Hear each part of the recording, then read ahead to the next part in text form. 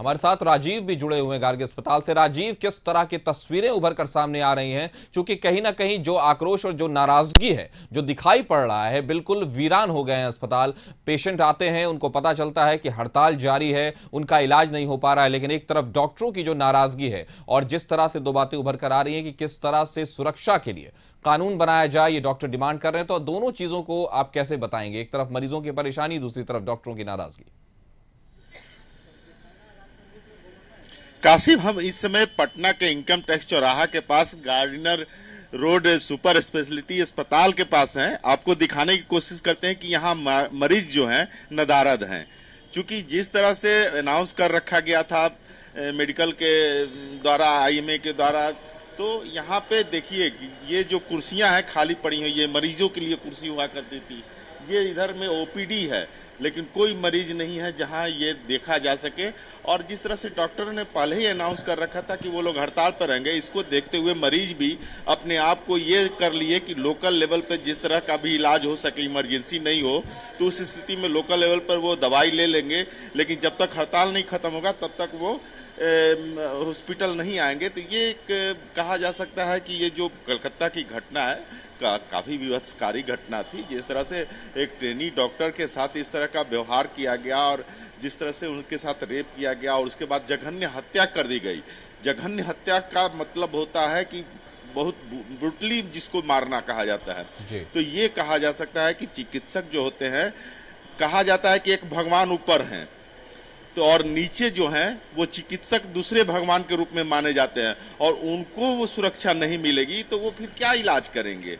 और इलाज करने की बात है तो बिना इलाज के किसी भी रोग का मैंने ठीक होना संभव नहीं है। वैसी स्थिति में चिकित्सक जो हैं वो अपने सारे एफर्ट रोगियों को इलाज में लगाते हैं, लेकिन अगर उनके साथ इस तरह की घटना हो जाती है, कलकत्ता वाली की तरह घटना हो जाती है, तो उस स्थिति में चिकित्सक भी अपने आप को असहज महसूस करते हैं और वो बहुत सारी चीजों को सोचने लगते हैं। और उसी का नतीजा है कि आज जो पूरे देश में हड़ताल है। जब जिस तरह से वहां पे घटना हुई तो वो तो ठीक है कि घटना भी हुई और खराब घटना हुई, उसके बाद जिस तरह से एविडेंस मिटाने की कोशिश की गई, 7,000 से 8,000 लोग जाकर उस हॉस्पिटल के एविडेंस को मैंने हटाने में लग गए जिस तरह से, और हाई कोर्ट ने उस पर संज्ञान जिस तरह से लिया कि नहीं, आप कैसे, आपको नहीं मालूम चला कि 7,000 लोग इस तरह से हॉस्पिटल पर घुसने वाले हैं और आपका इनपुट कुछ नहीं रहा। उसी तरह से जिस भवन में उस ट्रेनी महिला चिकित्सक के साथ दुष्कर्म और हत्या हुई है, वहां पे उस जगह को डिमोलिश करने की बात आई, तो ये आक्रोश चिकित्सकों में जायज है और चिकित्सकों की मांग है। अभी आपको हम लोगों ने 10 बजे दिखाया भी था कि किस तरह से पटना विमेंस कॉलेज की छात्राएं भी इसको लेकर के रोड पर उतरी और उन्होंने मौन प्रोटेस्ट किया, मौन जुलूस निकाला और हाथ में तख्ती लेकर के विरोध किया। और उन लोगों ने डिमांड किया कि जो भी हत्यारा है, जो भी इस तरह का जघन्य अपराध किया है, उसको 20 चौराहे पर लाया जाए, वहां चारों तरफ महिलाओं को लाया जाए और उनके सामने उसको फांसी दी। तो ये गुस्सा है और इस गुस्से का इजहार तो सब कोई कर रहे हैं, चारों तरफ से समर्थन तो मिल रहा है, लेकिन चिकित्सक भी अब आर पार की लड़ाई में है अपनी सिक्योरिटी को लेकर के, चूंकि वो आम जनों से जुड़े रहते हैं और आम लोगों की सहायता के लिए खड़ी रहती हैं 24 घंटे। और उसके अलावा वो अपने सारे एफर्ट उन रोगियों में लगाती हैं कि वो रोगी ठीक होकर के हंसते खेलते अस्पताल से अपने घर जाए। उस स्थिति में उनके साथ इस तरह की जघन्य हत्या और अपराध होता, ये कहीं से बर्दाश्त के लायक नहीं है। जी कासिम जी, तो एक सवाल लेकिन और उठता है राजीव कि बिल्कुल जिस तरह के जघन्य अपराध हुआ है उसको किसी भी तरह से जो मुजरिम है उनको सजा मिलनी चाहिए, लेकिन मामला यह है कि जो मरीज हैं, जैसा कि आपने कहा कि उनको खबर मिल गई है, और लेकिन उनकी जो तकलीफें हैं, जो गरीब हैं, जो सिर्फ सरकारी अस्पताल ही जिनका आसरा है, उनका क्या होगा? जी देखिए, वो तो बात सही कहा आपने, लेकिन चूंकि सरकारी अस्पताल है, ये लोग अभी टेंटेटिव डेट 1-2 दिन के लिए रखे हैं, उसके बाद वो इनका इलाज करेंगे। लेकिन चूंकि रोगी तो रोगी हैं, वो तो आएंगे ही, दौड़ेंगे ही और अपने इलाज के लिए हर जगह जाएंगे।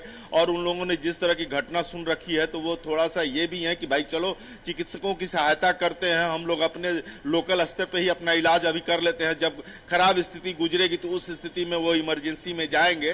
तो इमरजेंसी की सेवा तो थोड़ा बहाल है और गार्डिनर हॉस्पिटल में वो सेवा है बहाल। तो ऐसी स्थिति में रोगी भी भटक रहे हैं, ऐसा नहीं है कि रोगी मैंने परेशान नहीं है। चिकित्सक जगह अगर परेशान होगा तो उसके एक चिकित्सक के साथ 1 लाख लोगों की बात होती है कि 1 लाख रोगियों को देखने का टारगेट होता है एक चिकित्सक के पर।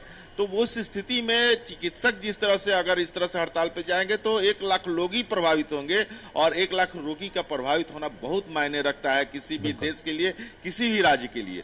तो इस बात को देखना होगा। और जो हाँ ये घटना घटी है सिर्फ बिहार पश्चिम बंगाल की बात नहीं है, ये बात हो रही है कि इस तरह की घटना दोबारा न हो, इसकी तैयारी करनी चाहिए सभी सरकारों को, केंद्र सरकार को, राज्य सरकार को, जिला प्रशासन को, जिस स्तर से भी हो। चिकित्सकों की सुरक्षा उनके लिए मायने रखता है, और चिकित्सक जब तक सुरक्षित नहीं रहेंगे रोगी भी सुरक्षित नहीं रह पाएंगे। जी तो सरकारों का क्या रुख है? क्या डॉक्टरों से सरकार की तरफ से कोई नुमाइंदा बात कर रहा है? उनके तरफ से, प्रशासन की तरफ से कोई रिप्रेजेंटेटिव, कोई प्रतिनिधि लाया गया है?